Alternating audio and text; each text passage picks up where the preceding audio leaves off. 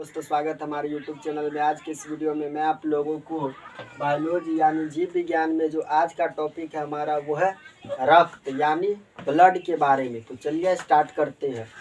आज का जो टॉपिक का नाम है हमारा वो है रक्त। क्या नाम है? रक्त। रक्त को इंग्लिश में क्या कहते हैं? ब्लड कहते हैं। रक्त को इंग्लिश में क्या कहा जाता है? ब्लड कहा जाता है रक्त को। आज का टॉपिक क्या है हमारा? रक्त यानी ब्लड। तो रक्त क्या होता है तो सुनिएगा। रक्त एक क्या होता है कि गाढ़ा पदार्थ होता है, यानी एक कोलाइडी पदार्थ होता है। रक्त क्या है? अगर शॉर्टकट में पूछेगा हमसे कि रक्त क्या है, तो रक्त एक प्राकृतिक कोलाइड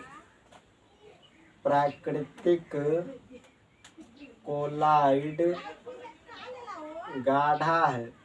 रक्त क्या है? एक प्राकृतिक कोलाइड गाढ़ा है।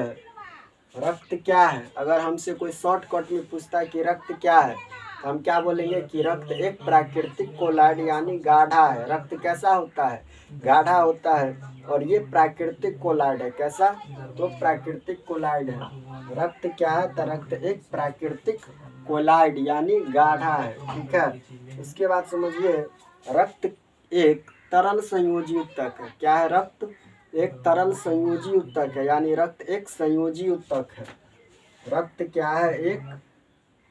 रक्त एक संयोजी उत्तक है। क्या है? रक्त संयोजी उत्तक है। रक्त एक संयोजी उत्तक है। इसका पीएच मान कितना होता है? इसका पीएच मान, रक्त का जो पीएच मान होता है वो 7.4 होता है। रक्त का पीएच मान कितना होता है? तो 7.4 होता है। इसका पीएच मान कितना होगा? 7.4 होता है। अर्थात रक्त क्षारीय होता है। रक्त क्षारीय होता है। अर्थात रक्त क्या होता है? क्षारीय होती है। रक्त का पीएच मान कितना होता है? 7.4। तो 7 से ज़्यादा हो गया ना, इसका मतलब यह क्षारीय हो गया। जिसका पीएच मान 7 से अधिक होता है वो क्षारीय होता है, और जिसका पीएच मान 7 से कम होता है वह अम्लीय होता है। ठीक है। तो इसका पीएच मान 7 से ज़्यादा है, तो ये क्या हो जाएगा? क्षारीय हो जाएगा। तो रक्त क्या है? एक क्षारीय है। रक्त क्या है? क्षारीय होती है रक्त। और स्वास्थ्य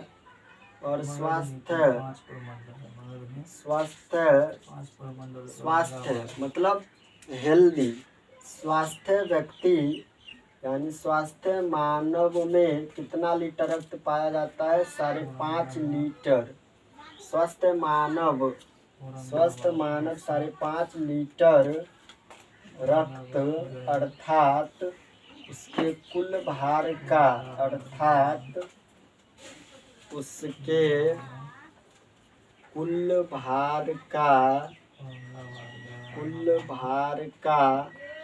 7% होता है।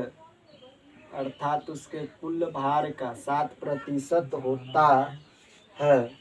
अब इसको समझिए, एक स्वस्थ मानव यानी एक हेल्दी व्यक्ति, एक स्वस्थ मानव के शरीर में रक्त कितना होगा? 5.5 लीटर यानी 5.5 लीटर रक्त होगा। अर्थात उसके कुल भार का, मतलब कुल भार का कितना प्रतिशत होगा? 7% होता है। कितना? 7%। कुल भार का 7% होता है। रक्त का निर्माण कहाँ होता है? रक्त का निर्माण भ्रूण अवस्था में। रक्त का निर्माण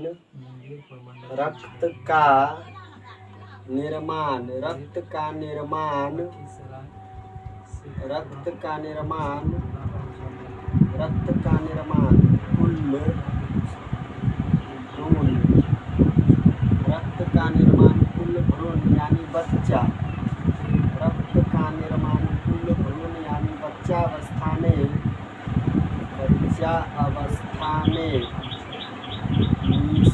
मीसोडर्म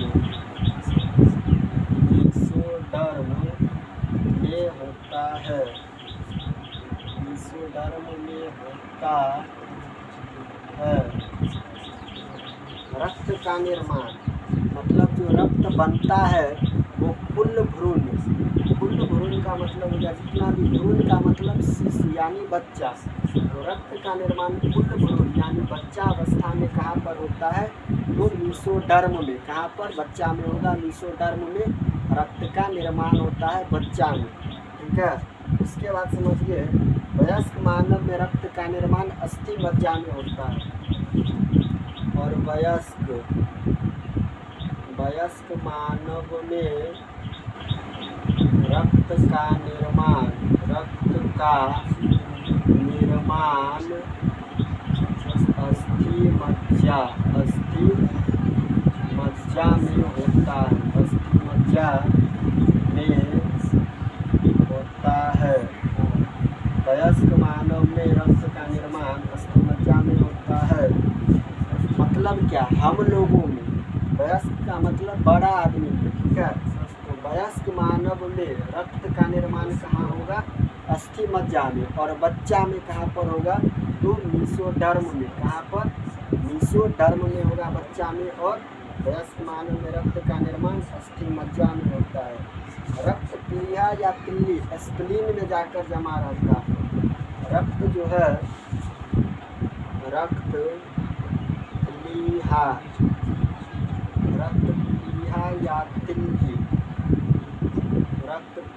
या तिल्ली जिसको इंग्लिश में कहते हैं स्प्लीन, रक्त प्लीहा या तिल्ली स्प्लीन में जमा रहता है, स्प्लीन में जमा रहता है। अर्थात स्प्लीन को ब्लड बैंक कहा जाता है। अर्थात स्प्लीन को क्या कहा जाता है? अर्थात स्प्लीन को ब्लड बैंक कहा जाता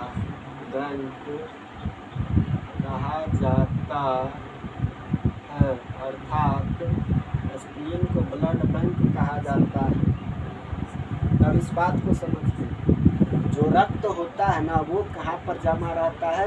तो प्लीहा या तिल्ली में। कहाँ पर? प्लीहा या तिल्ली में, यानी स्प्लीन में। कहाँ पर? स्प्लीन में जमा रहता है। अर्थात स्प्लीन को ब्लड बैंक कहा जाता है, यानी ब्लडों का बैंक कहा जाता है। किसको?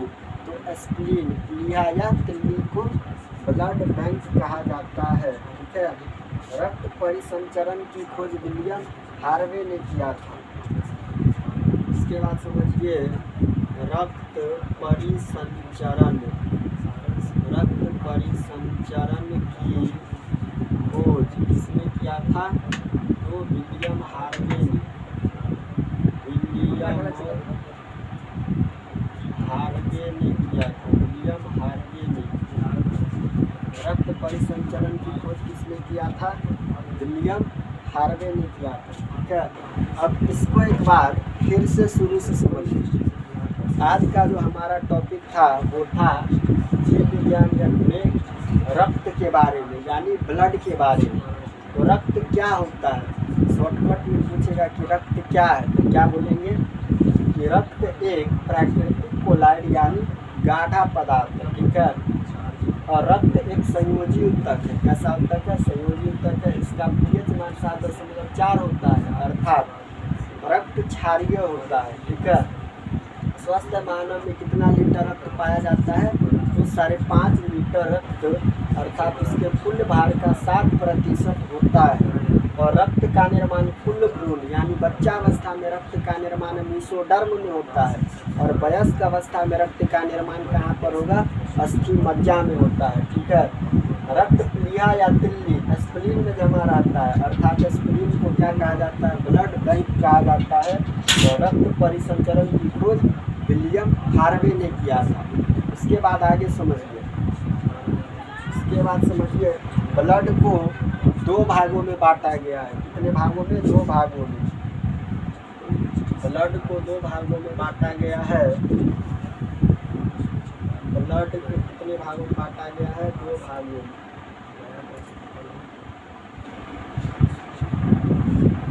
है प्लाज्मा और एक है रुधिराणु। ब्लड को दो भागों में बांटा गया है, प्लाज्मा और रुधिराणु। ब्लड को कितने भागों में बांटा गया है? दो भागों में। कौन कौन? एक है प्लाज्मा और रुधिराणु।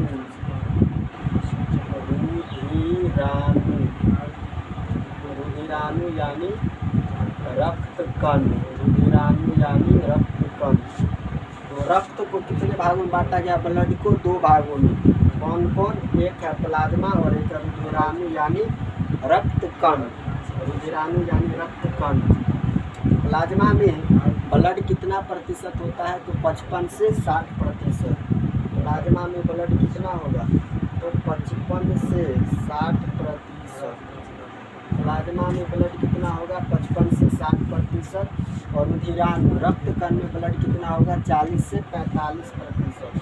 कितना? 40 से 45% होगा रुधिराणु यानी रक्त कण में।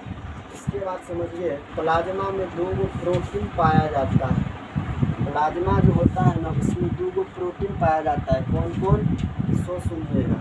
एक होता है फाइब्रिनोजन और एक होता है प्रोथ्रोम्बिन। कौन कौन? फाइब्रिनोजन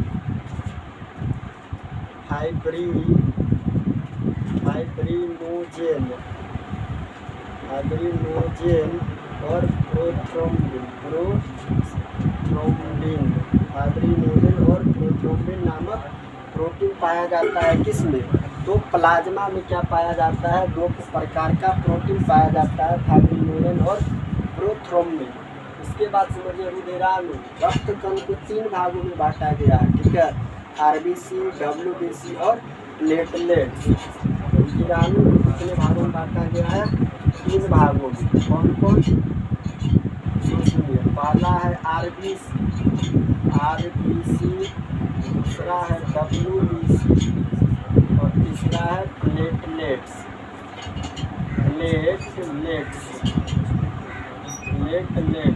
तीसरा क्या है? प्लेटलेट्स। ठीक है। आरबीसी को क्या कहा जाता है? एरिथ्रोसाइट। आरबीसी को क्या कहा जाता है? एरिथ्रोसाइट कहा जाता है। आरबीसी को एरिथ्रोसाइट कहा जाता है। डब्ल्यूबीसी को ल्यूकोसाइट कहा जाता है। ल्यूकोसाइट कहा जाता है। प्लेटलेट्स को थ्रोम्बोसाइट कहा जाता है। थ्रोम्बोसाइट। अब इसको समझिए, रुधिराणु यानी जो रक्त कण होता है उसको 3 भागों में बांटा गया है। आरबीसी को क्या कहा जाता है? एरिथ्रोसाइट कहा जाता है। डब्ल्यूबीसी को ल्यूकोसाइट और प्लेटलेट्स को थ्रोम्बोसाइट कहा जाता है। ठीक है। अब इसको एक बार फिर से समझिए शुरू से। रक्त यानी ब्लड को कितने भाग में? 2 भाग में बांटा गया है, प्लाज्मा और रुधिराणु रक्त कण में। प्लाज्मा में 55 से 60% रक्त पाया जाता है और रुधिराणु रक्त कण में 40 से 45% रक्त पाया जाता है।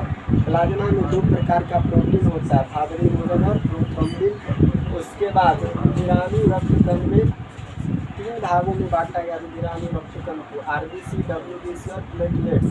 इसका हिंदी नाम है एरिथ्रोसाइट, ल्यूकोसाइट और थ्रोम्बोसाइट। ठीक है। इसके बाद आप आगे समझिए, रक्त प्लाज्मा क्या होता है? रक्त प्लाज्मा के बारे में समझिए। रक्त प्लाज्मा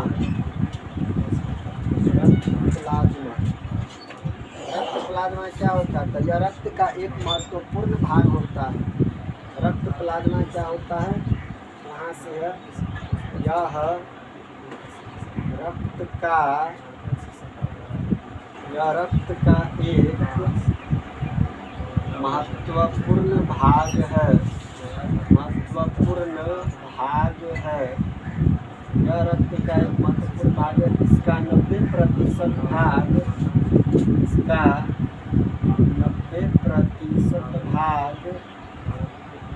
जल होता है। इसका 90% भाग क्या होता है? जल होता है। इसका 90% भाग क्या होता है? जल होता है। और 10% भाग और 10% भाग प्रोटीन और 10% भाग प्रोटीन तथा कार्बोहाइड्रेट होता है। कार्बोहाइड्रेट होता है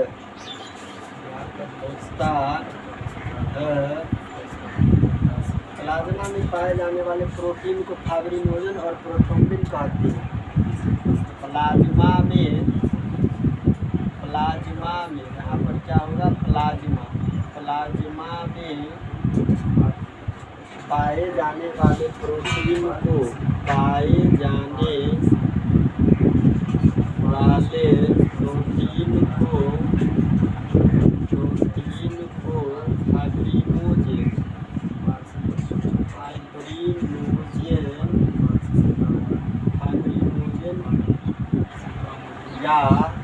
प्रोथ्रोम्बिन कहते हैं।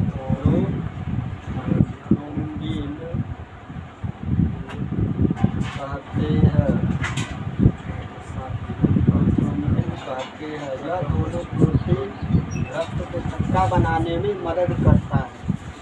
यह दोनों प्रोटीन क्या करता है, यह दोनों प्रोटीन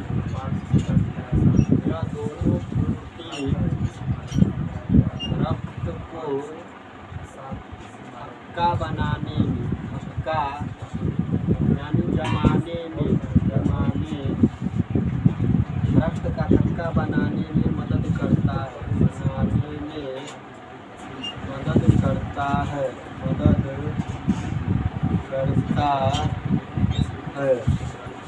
अब इसको समझिए, रक्त प्लाज्मा क्या होता है।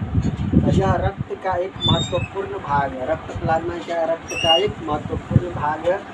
और रक्त प्लाज्मा का 90% भाग किसका बना होता है, जल का बना होता है।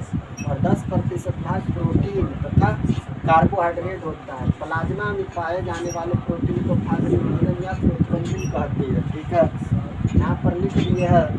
प्लाज्मा में 2 प्रकार का प्रोटीन पाया जाता है, फाइब्रिनोजन और प्रोथ्रोम्बिन। प्लाज्मा में पाए जाने वाले प्रोटीन को क्या कहेंगे, फाइब्रिनोजन और प्रोथ्रोम्बिन कहते हैं। यह दोनों प्रोटीन रक्त को थक्का, यहाँ पर क्या होगा, थक्का।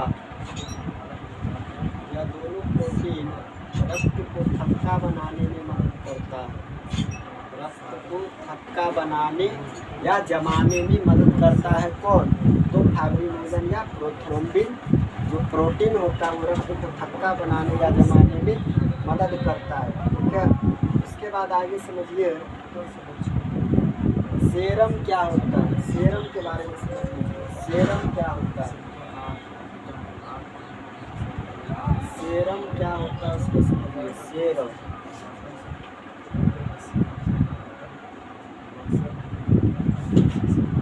सेरम क्या होता है,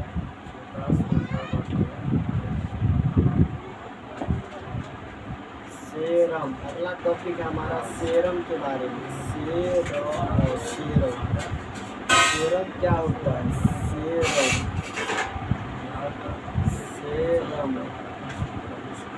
सेरम क्या होता है, जब रक्त प्लाज्मा में से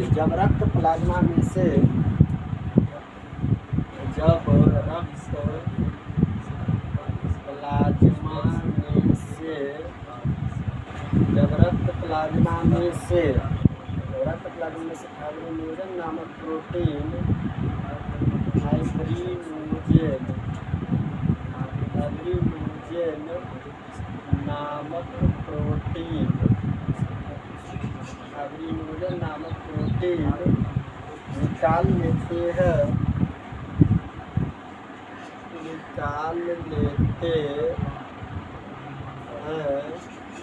तो शेष बचा हुआ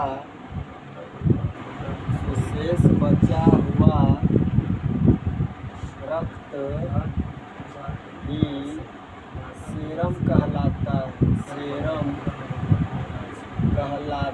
है। शेष बचा हुआ रक्त ही क्या कहलाता है, सीरम कहलाता है। सीरम जो होता है वो हल्का पीला रंग का होता है। सीरम सेरम हल्के पीले रंग के होते हैं, पीले रंग के होते हैं। सेरम हल्के पीले रंग के होते हैं।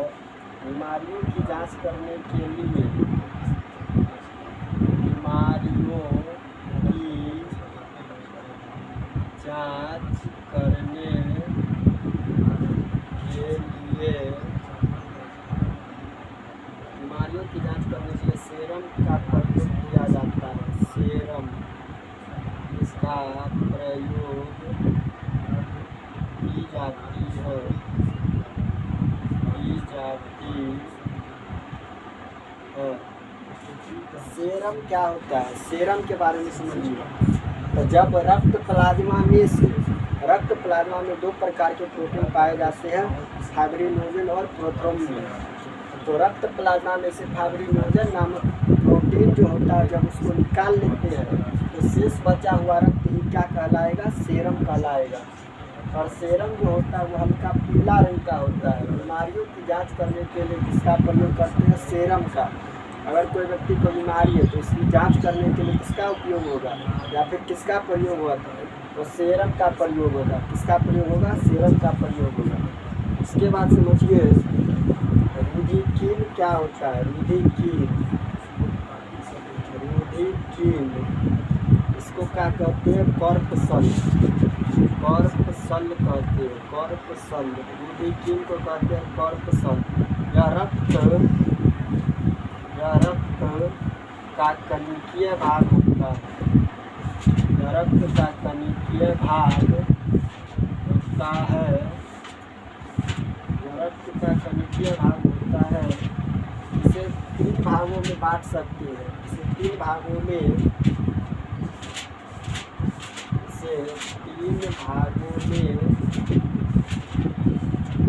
बांट सकते हैं।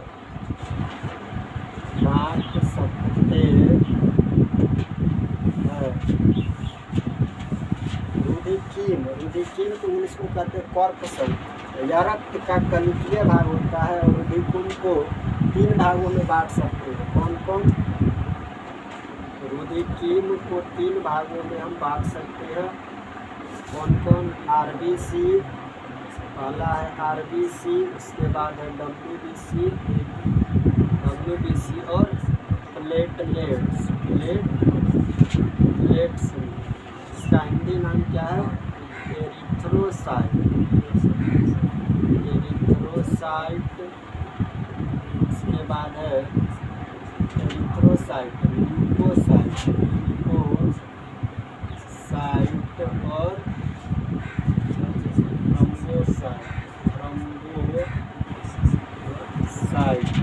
थ्रोम्बोसाइट।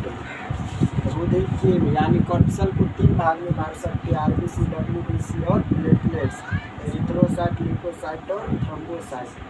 ठीक है, तो आज के लिए इतना ही। मिलते हैं नेक्स्ट वीडियो में। तब तक के लिए जय हिंद, जय भारत।